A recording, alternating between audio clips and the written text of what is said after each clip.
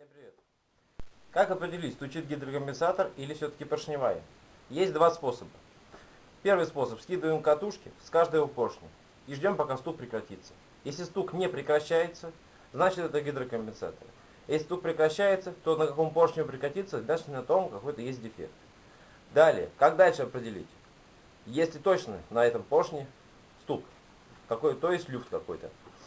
Скидывайте свечные свечи именно на том поршне, который у вас пропадает стук, и на котором он есть.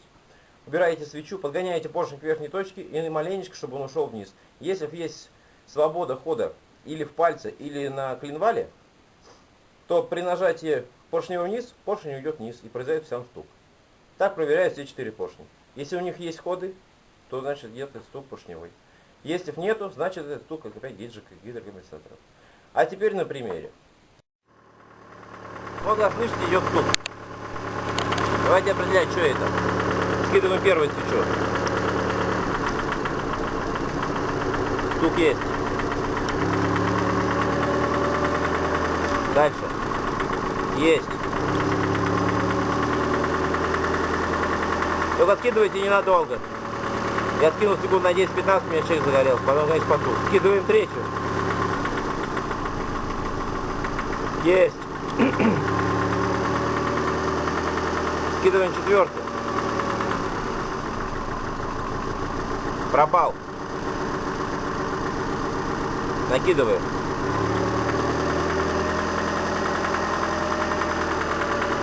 Еще раз.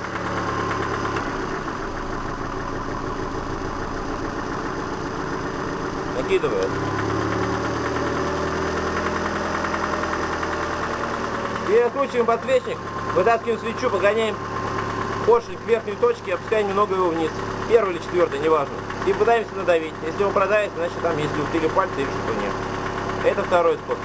Сейчас мы его проверим. Сейчас я буду крутить поршень, а вы увидите, как он поднимется и начнет опускаться вниз.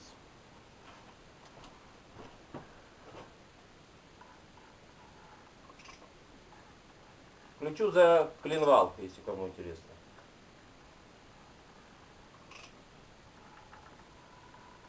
Вот он поднялся в ту верхнюю мертвую точку.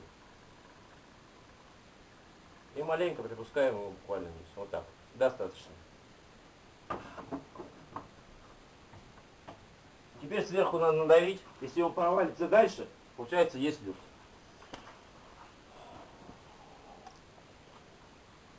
Сейчас свету дам маленько.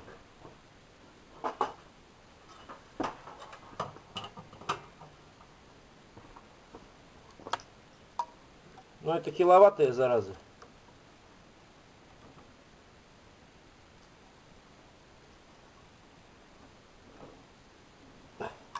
Блин, ну нету хода, не идет он. Я даже не знаю, что по длине, глубина все-таки такая. О, можно взять, кстати, миксер. Только чтобы он, конечно, был чистый. От дрели, который цемент мешает. Тут уперся в юбку, вот уперся в поршень. Нету ни хера.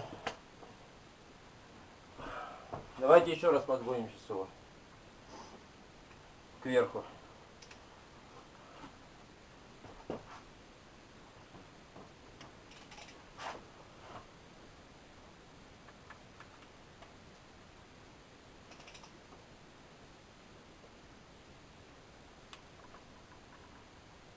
Вот, потянул его вниз.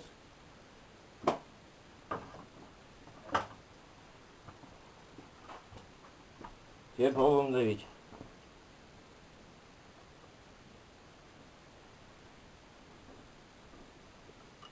Нету. Получается, он целый.